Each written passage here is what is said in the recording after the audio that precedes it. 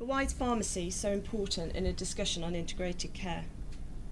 Well, firstly, medicines are the most common medical intervention, with over 1 billion items prescribed and dispensed for patients each year, costing the NHS £12 billion.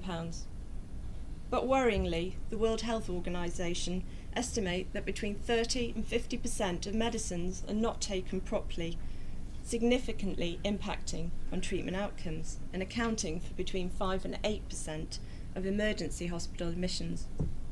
There are a range of complex issues that are at play here, but I believe that there are two that need to be addressed urgently to deliver better integrated care.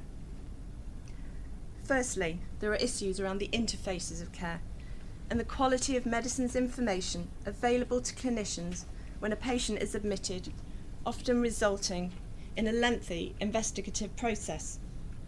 And again, the information provided back to the community teams when a patient is discharged or transferred back to the community to enable effective continuation of care. Secondly, some of the most complex patients with multiple long-term conditions I believe could be better supported to manage their complex medicine regime and supported to self-care. But what is the goal of integrated care? Well, I believe it's a partnership between the patient and their clinical teams.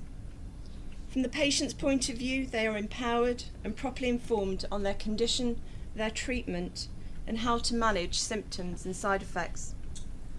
They take ownership of their health and well-being and are fully involved in their treatment decisions. Through proper education and support, they know where and when to go for help and advice when they need it. From the clinical team's point of view, all clinicians involved with treating a patient work together to collaboratively and form strong lines of communication and join up the various elements of care.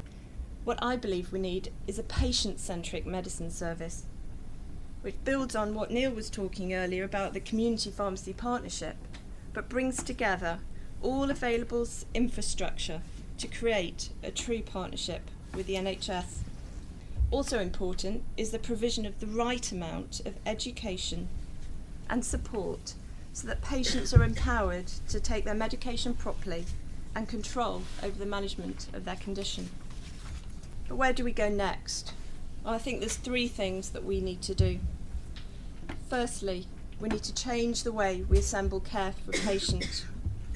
We need to move from services designed around the provider to the needs of the patient. In medicines management, this means full visibility of all the medication a patient is taking available at the decision to prescribe. We need to take a more long-term view of the patient and management of their condition and move away from acute episodic treatments to a more long-term holistic view of a patient's chronic disease management. We need to place a much greater emphasis on prevention, but not only of the disease in the first place, but prevention of the condition, exacerbation or deterioration, and the need for costly treatment. We need to change the way we manage and share information. We need to invest in available IT systems such as electronic prescribing that facilitate seamless information sharing. We need a single view of the patient and the medication they're taking. Alternatively, we could interface existing systems. We need to use available technology, such as mobile phone apps, to engage directly with patients and provide arm's length support, monitoring, and to provide information. And finally, I believe we need to change the way we commission and pay for services. We need to create the financial incentives to working together and better integrating care. We need to commission whole pathways, not single, multiple episodes of care, and in that way, investment in one element of the pathway, which delivers savings to another, will be easier to achieve. But ultimately, to deliver better integrated care, we may need to take a leap of faith. Thank you.